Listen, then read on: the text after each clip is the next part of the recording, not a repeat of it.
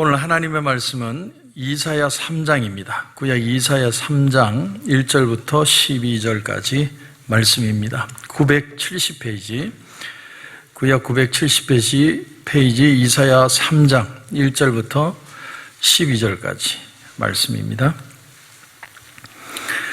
우리 1절부터 같이 읽겠습니다.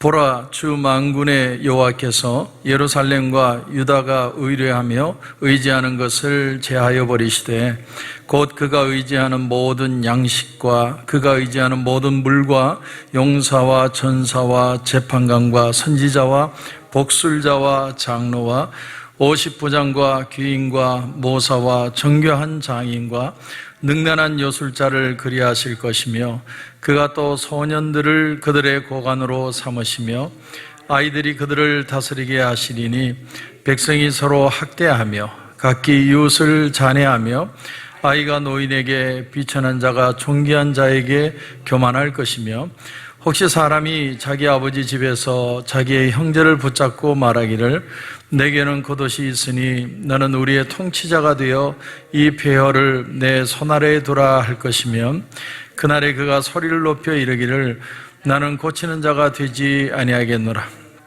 요즘에는 양식도 없고 의복도 없으니 너희는 나를 백성의 통치자로 삼지 말라 하리라.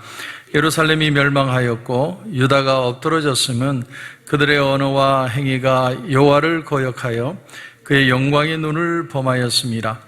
그들의 안색이 불리하게 증거하며 그들의 죄를 말해주고 숨기지 못함이 소돔과 같으니 그들의 영혼에 화가 있을진저 그들이 재앙을 자취하였도다. 너희는 의인에게 복이 있으리라 말하라.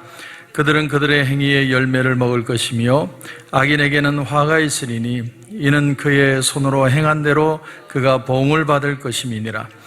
내 백성을 학대하는 자는 아이요 다스리는 자는 여자들이라. 내 백성이여 내 인도 유혹하여 내가 다닐 길을 어지럽히느니라. 아멘. 우리 한번 기도드리겠습니다. 하나님, 오늘도 말씀 앞에 섭니다. 어렵고 힘든 시대, 또 결단이 필요하지만 누구도 책임지지 못하는 시대를 살아갑니다. 오늘도 말씀 안에서 새 힘을 얻고 길을 발견하는 귀한 시간 되게 하여 주시옵소서. 주님 은혜 주실 줄 믿고 예수님의 이름으로 기도드립니다. 아멘. 트럼프 대통령 시절에 마가라고 그래서 Make America Great Again, 미국을 다시 한번 위대하게, 이런 캐치프레이즈를 걸고 일어섰습니다. 자국이 이기주의죠. 모든 나라가, 미국뿐만이 아니라 모든 나라가 우리 국가가 먼저 우선이다, 이런 어떤 마인드를 가지고 지금 세계가 변해가고 있습니다. 그런데 이제 바이든이 대통령이 되고 난 뒤에 우리는 우방과 함께 할 것이다, 그 속에 잃어버린 리더십을 다시 회복할 것이다, 그렇게 다시 외치기 시작했습니다. 그 모습을 보면서 우리가 하나 깨닫는 사실이 뭐냐면 이 세상에 혼자 독주하는 삶은 없다라는 거예요. 내가 이 문제를 해결하고 모든 그 문제점을 해결해서 결국은 혼자의 카리스마로 극복해내는, 그러기에는 세상이 너무 복잡해졌다는 거예요. 어떻게 보면 오늘날 어떤 유능한 리더를 바라고 그 리더가 세상을 변화시키길 바라는 그 자체가 우상이 될 수도 있습니다. 사람을 우상화하는 거죠.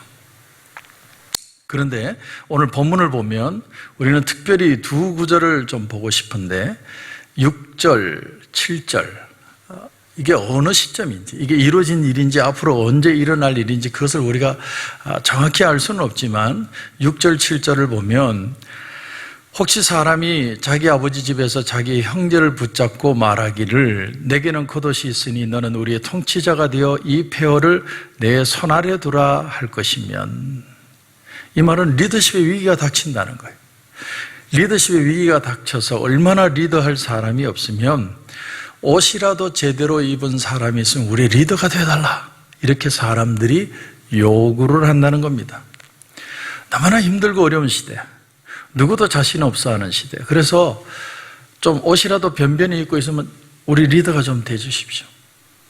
여러분, 소경만 있는 나라에는 눈을 한쪽이라도 뜨고 있으면 그 사람이 왕입니다.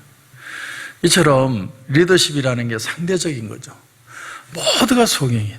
모두가 길을 알 수 없는 때에 한쪽 눈이라도 뜬 것처럼 보인 사람을 우리 리더가 되어달라. 근데 이건 하나님이 이스라엘 백성들이 하나님만을 의지하지 않고 이 세상의 것들, 헛된 것들을 의지할 때 그들을 심판함으로써 이렇게 된다는 겁니다. 여러분 1절부터 보시면 보라, 주 만군의 여호와께서 예루살렘과 유다가 의뢰하며 의지하는 것을, 사람이 신뢰하고 기댄다는 뜻입니다. 예루살렘과 유다가 의뢰하며 의지하는 것을 제하여 버리신다. 사람들이 기대하는 것을 제해버리시기 때문에 사람들이 이제는 기댈 데가 없다는 거예요. 이전에는 누구에게 기댈 때라도 있었는데 사람들이 기대할 걸 다 하나님이 제거해 버리시니까 사람이 갈 곳도 없고 믿을 곳도 없고 마음 둘 데가 없다라는 거예요. 그래서 계속 보시면 그가 의지하는 모든 양식과 그가 의지하는 모든 물과 용사와 전사와 재판관과 선지자와 복술자와 장로와 50부장과 귀인과 모사와 정교한 장인과 능란한 요술자를 그리하실 것이며, 사람들이 의지하는 게 참 많죠. 여기 보면 막 사람들이 의지를 합니다. 그런데 리더십의 위기가 닥친다는 거죠. 우리 문제를 좀 해결해 주세요. 그렇게 얘기를 하는데 누구도 해결해 주지 못하는 거예요. 그런데 그 다음 구절은 더 어이가 없습니다. 여러분 7절 보십시오. 7절을 보면 그날에 그가 소리를 높여 이르기를 나는 고치는 자가 되지 아니하겠노라. 내 집에는 양식도 없고 의복도 없으니 너희는 나를 백성의 통치자로 삼지 말라 하니라. 이건 한마디로 리더십의 기권을 말합니다. 포기하는 거죠. 어느 누구도 지도자가 되려고 하지 않는다. 그리고 그들은 솔직하게 고백합니다. 나는 고치는 자가 되지 아니하겠노라. NIV 성경으로 보면 I have no remedy 이렇게 되어 있습니다. 나에게는 해결책이 없다라는 거예요. 나도 아이디어가 없어서 나도 이 문제 해결할 수 없어. 그게 나는 고치는 자가 되지 않겠다는 뜻입니다.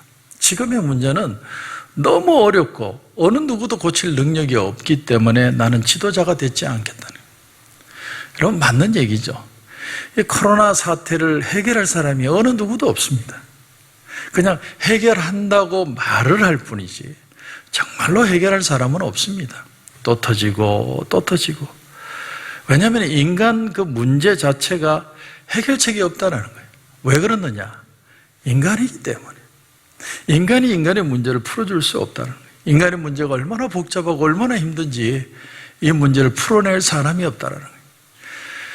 지금의 이 온 세계, 미국뿐만 아니라 전 세계의 경제 문제, 실제로는 해결해 줄 수 있는 사람이 없습니다. 우리가 빚을 지면 허리띠를 졸라매고 어떻게 해서든 그 빚을 갚아서 극복하려고 노력을 하지만 지금은 얼마나 나라들마다 돈을 그냥 있는 대로 들이붓는지 얼마나 손실이 날지 우리 자손들이 얼마나 그것을 짐을 질지 아무도 모릅니다. 일단 다 들이붓고 보는 겁니다. 이런 걸 밑빠진 독이라고 그러죠. 정치인의 의지로 해결할 수 없습니다. 그러니까 여기 7절에 보니까 그날에 그가 소리를 높여 이르기를 나는 고치는 자가 되지 아니하겠다. 이 사람이 지혜로운 사람이죠. 비극이긴 하지만 솔직한 얘기예요. 왜냐하면 고칠 길이 나도 없다라는 거예요. I have no remedy. 나도 해결책이 없어. 나는 이 일을 해낼 수가 없어. 솔직한 고백입니다. 아마 인간의 경험에 있어서 사람들이 다 솔직하게 말한다면 이렇게 말할 겁니다. 나는 고치는 자가 되지 않을 겁니다. 국가적으로도 그렇고 가정으로도 그렇습니다. 어떻게 보면 여러분 가정의 문제는요 고쳐서 해결되는 게 아니라 사랑하고 용서해야 해결되는 것입니다. 여러분 거기는 엄청난 차이가 있는 거예요. 고치려고 애를 쓰죠. 막 어떻게 해서든 좀 잘해보려고 막 이렇게 저렇게 손을 대는데 손을 대면 될수록 더 관계가 힘들어집니다. 서로 마음 상하고 실망하고 상처 있고 부담 주고 부담 받고. 사람의 관계라는 게 풀려고 막 다가가면 더 문제가 꼬이는 걸 우리가 많이 보게 됩니다. 그러면 이 문제가 고치지 않으면 내가 어떻게 살라는 얘기입니까? 용서하면서 살아야 된다는 거예요. 용서하면서. 아마 여러분은 당연한 얘기 아니냐 뭐 이렇게 말하실지 모르지만 하나님이 인간을 대하실 때 그렇게 대하시고 하나님도 한번 고쳐보려고 애를 썼죠. 얼마나 애를 쓰셨습니까? 벌써 창세기부터 인간의 문제를 한번 해결해 보려고 홍수로 인간을 다 쓸어버리고 또 소돔과 고모라를 아주 망하게 그냥 박살을 내버리고 이런 여러 가지 방법을 써봤지만 홍수를 한번 쓸었다고 해서 인간의 죄 문제가 없어지지 않았다는 거예요. 그 이후에도 죄 문제는 여전히 남아 있습니다. 그래서 홍수가 끝난 다음에 노아가 방주에서 나와서 제일 먼저 한 게 뭡니까? 하나님 앞에 제사를 드리죠. 이 행위가 아주 의미심장합니다. 이미 죄인을 하나님이 다 쓸어버렸는데 이제 노아의 가족밖에 8식구밖에 없는데 왜 또 제사를 드리냐? 여러분, 죄는 홍수를 살아남았거든요.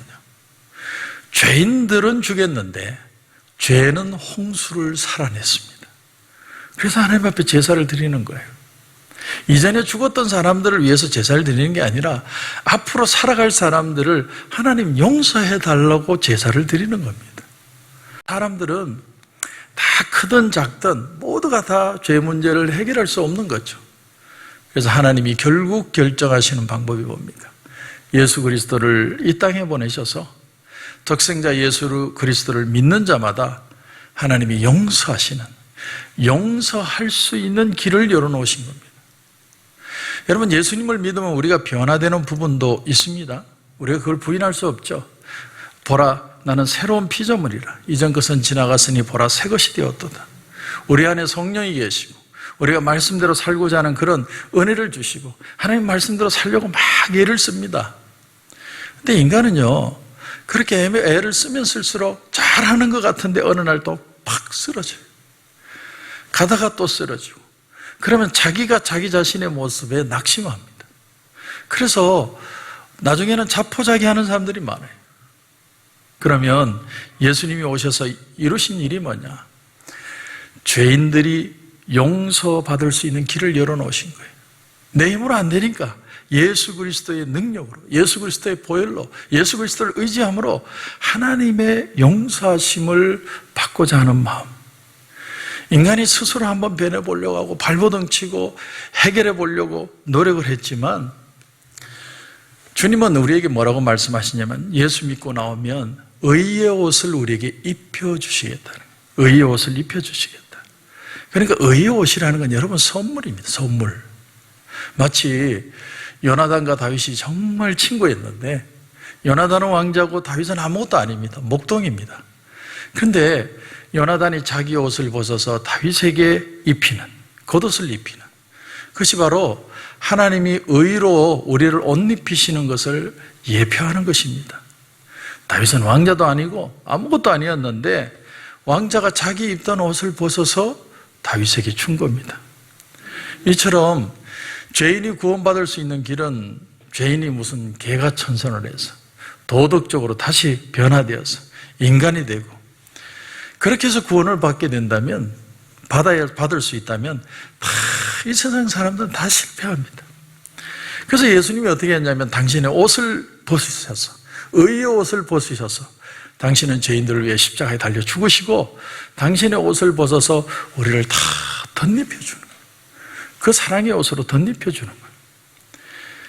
그래서 오늘 7절로 다시 돌아보면 이 사람 말이 옳은 겁니다. 나는 고치는 자가 되지 않겠노라.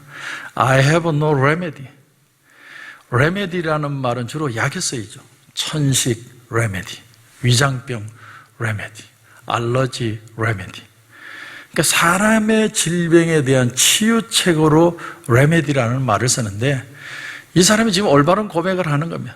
세상의 문제를 난 고칠 길이 없어. 내 힘으로 되는 게 없어. 맞는 얘기죠. 사람들은 애를 쓰는데 사람들은 쉽게 변하려고 하지 않아요. 아무리 물가에 데려다 놔도 사람들이 변하지 않으려고 하면 끝입니다. 그래서 안 되는 거예요. 그럼 어떻게 하라는 말이냐? 절망하고 포기하고 살라는 말이냐? 아니죠. 사실은 이것을 깨닫는 것이 변화의 시작입니다. 나에게 해결책이 없다. 그걸 깨닫는 것이 오히려 변화의 시작이에요. 내가 이걸 해결할 능력이 없어요. 내가 우리 자식마저도 내가 변화 못 시켜요. 남편은 고사하고 자식마저도 내 힘으로 되는 게 아무것도 없어요. 오히려 내가 못한다고 생각할 때 변화가 일어납니다. 그걸 지금 말하는 겁니다. 여러분 넓게 국가든 아니면 경제든 거기까지 갈 필요도 없이 우리 가정만 보더라도 가정의 문제는 해결해서 없어지는 게 아니고 용서하고 사랑함으로 극복하는 것입니다. 그래서 성경 말씀 중에 어떤 말씀이 있습니까? 사랑은 허다한 죄를 덮느니라. 덮는다. 영어로 보면 Love covers over a multitude of sins. 사랑은 허다한 죄를 커버해 주는 겁니다. 덮어주는 거예요. 이게 하나님의 방법입니다. 오늘 하루를 살면서도 우리가 참 얼마나 해결할 일이 많습니다. 이런 문제 닥치고 저런 문제 닥치고 어떤 데는 한숨만 나오고 이거 어떻게 해결할까? 저도 우리 목사님들이 지금 몇 분이 오셔서 식사도 하고 얘기도 나누는데 교회들마다 이런저런 얘기로 다들 걱정이 많습니다. 내가 걱정한다고 되나요? 인간이 애를 쓰는 데는 한계가 있어요. 아무리 발버둥 쳐도 세상에 인도 변이 바이러스가 지금 창궐하다 이러면 또 사람들이 또 겁먹는 겁니다. 그걸 어떻게 인간이 해결을 합니까? 하나님 사랑으로 용서하고 예수 그리스도의 십자가를 알게 하시고 그 십자가의 사랑으로 우리를 길을 열어주시고 하나님의 은혜를 다시 맛보는 역사, 그것만이 다시 일어날 수 있는 길임을 믿습니다. 우리 가정을 위해서도 나라를 위해서도 하나님 다시 한번 사랑을 우리에게 허락해 주시고 우리도 그 용서를 배우게 하여 주시옵소서. 그런 은혜가 저와 여러분 가운데 넘치시길 주님의 이름으로 축원합니다. 기도드리겠습니다. 하나님, 이 세상에 많은 문제가 산재해 있지만 누구도 그 문제를 해결할 수 없습니다. 참 많은 걱정들이 있습니다. 그렇기 때문에 내가 할 수 없다는 걸 알고 예수 그리스도의 십자가의 보혈의 능력으로 우리를 의를 옷 입혀주신 하나님의 은혜로 다시 한번 용기를 얻고 일어서는 시간 되게 하여 주옵소서. 하나님, 우리에겐 방법이 없습니다. 하나님이 도와주시고 하나님이 회복해 주셔서 정말 보혈의 능력, 은혜의 능력이 나타나는 것을 가정마다 사회마다 국가마다 보게 하여 주시옵소서. 하나님, 우리를 용서하시고 새롭게 하여 주실 줄 믿고 예수님의 이름으로 기도드립니다. 아멘.